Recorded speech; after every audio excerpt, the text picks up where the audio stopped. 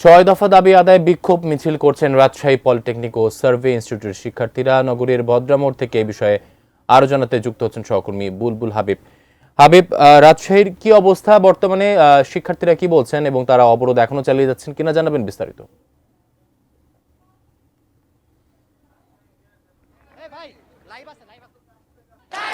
আকাশ, রাজশাহীর বেশ কয়েকটি পলিটেকনিক ইনস্টিটিউটের শিক্ষার্থীরা তারা এই 12টার দিকে কিছুক্ষণ আগে রাজশাহীর নগরীর ভদ্রামোড় এলাকায় তারা এসে এখানকার যে রেলপথ রয়েছে সে রেলপথ অবরোধ করেছে এবং একই সাথে এই ভদ্রামোড় এলাকায় যেহেতু ভদ্রা বাস টার্মিনাল রয়েছে, আন্তঃজেলা বাস টার্মিনাল, ফলে সেই বাস টার্মিনালের সড়কপথও অবরোধ করছে, অর্থাৎ তারা রেলপথ এবং সড়কপথ দুটাই বন্ধ করে দিয়েছে এই ভদ্রা মোড় এলাকায়। এবং এর ফলে রাজশাহী থেকে যে ঢাকার যে ট্রেন চলাচল সেগুলো কিন্তু আপেক্ষিক অর্থে বন্ধ হয়ে গেছে, কারণ সেই রেলপথে রেল চলাচল করছে না। অ্যান্টিব্যাকটেরিয়াল অ্যাডিটিভ যুক্ত সেরা ওয়াটার ট্যাঙ্ক বিশুদ্ধ পানিতে ব্যাকটেরিয়া জন্মাতে দেয় না।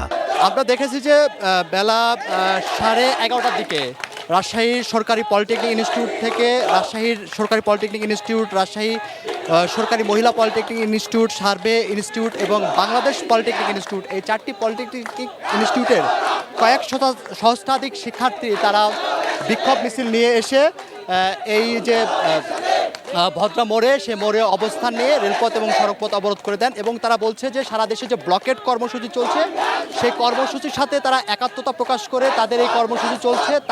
তারা বলছেন যে তাদের এই দাবিগুলো মেনে না নেওয়া পর্যন্ত তারা তাদের এই আন্দোলন চালিয়ে যাবেন এবং এর ফলে কিন্তু এই এলাকায় বলা যায় যে যেহেতু এটা একটা খুবই ব্যস্ততম এলাকা, এই এলাকায় কিন্তু ব্যাপক যানজট সেটা কিন্তু তৈরি হয়েছে বলা যায়।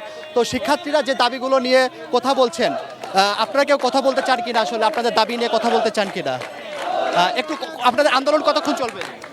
আন্দোলন আমাদের যতক্ষণ দাবি না মানা হয়েছে আন্দোলন চলতে থাকবে।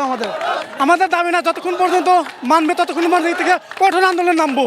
এটা আমাদের দাবি, এটা আমাদের ন্যায্য দাবি, তাই আমরা নামবো, আন্দোলন করবো।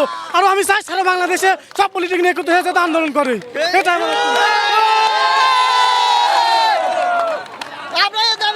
ক্রাফটের ভিতরে আমাদের একটাই দাবি, 10ম গ্রেড আমরা যতক্ষণ না পাবো ততক্ষণ আমরা এখানে আন্দোলন চালিয়ে যাবো, এটাই আমাদের দাবি। ধন্যবাদ। তো আসলে শিক্ষার্থীরা প্রধানত যে কয়টার কথা বলছে তারা বলছেন যে আসলে জুনিয়র ইনস্ট্রাক্টর পদে ক্রাফট ইনস্ট্রাক্টরদের অবৈধ এই যে রায়, সেই রায়টা বাতিলের জন্য বলেছেন এবং ডিপ্লোমা ইন ইঞ্জিনিয়ারিং কোর্সে যে কোনো ভর্তি সেই ভর্তি বাতিলের জন্য তারা বলেছেন। তো শিক্ষার্থীদের যে আন্দোলন চলছে তারা বলছেন যেহেতু আন্দোলন তারা দাবি না আন্দোলন তারা চালিয়ে যাবেন এবং দেখা যাক যে আসলে তাদের আন্দোলন তারা কতক্ষণ যদি আরও পরবর্তীতে বিস্তারিত জানাতে পারে।